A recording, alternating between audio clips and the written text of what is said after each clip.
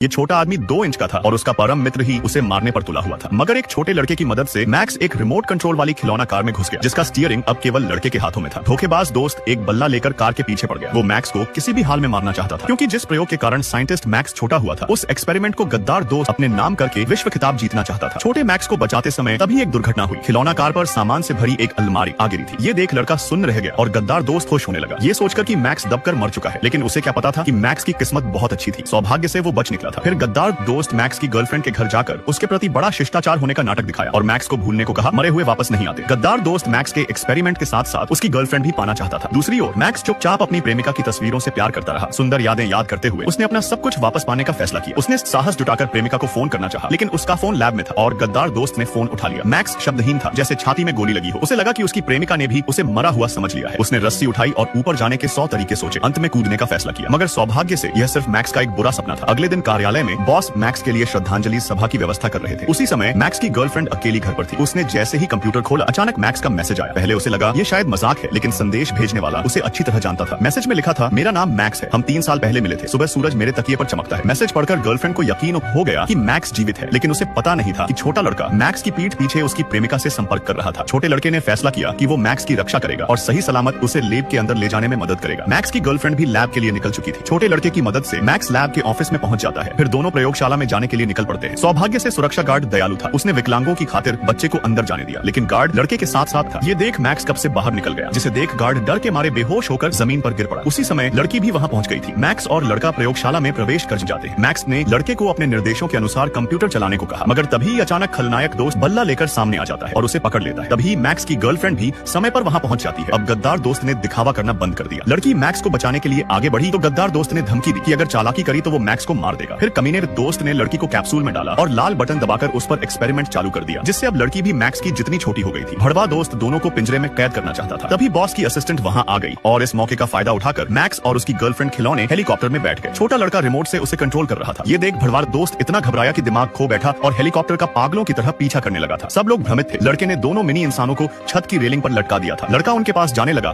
तो गद्दार दोस्त ने उसे रोकन चाहा, मगर दादी ने आकर उसे बिजली का झटका दे दिया। अगले पल ही दोनों मिनी लोग जब छत से गिर गए तो लड़के ने अपनी टोपी से उन्हें बचा लिया था। दादी को सबसे बड़ा आश्चर्य यह हुआ कि उसका पोता पहली बार खड़ा हुआ और धीरे धीरे चलने लगा। मैक्स और उसकी प्रेमिका बहुत खुश थे। कहानी के अंत में मैक्स और उसकी प्रेमिका साथ में प्रयोगशाला में चले गए और वापस से नॉर्मल हो गए।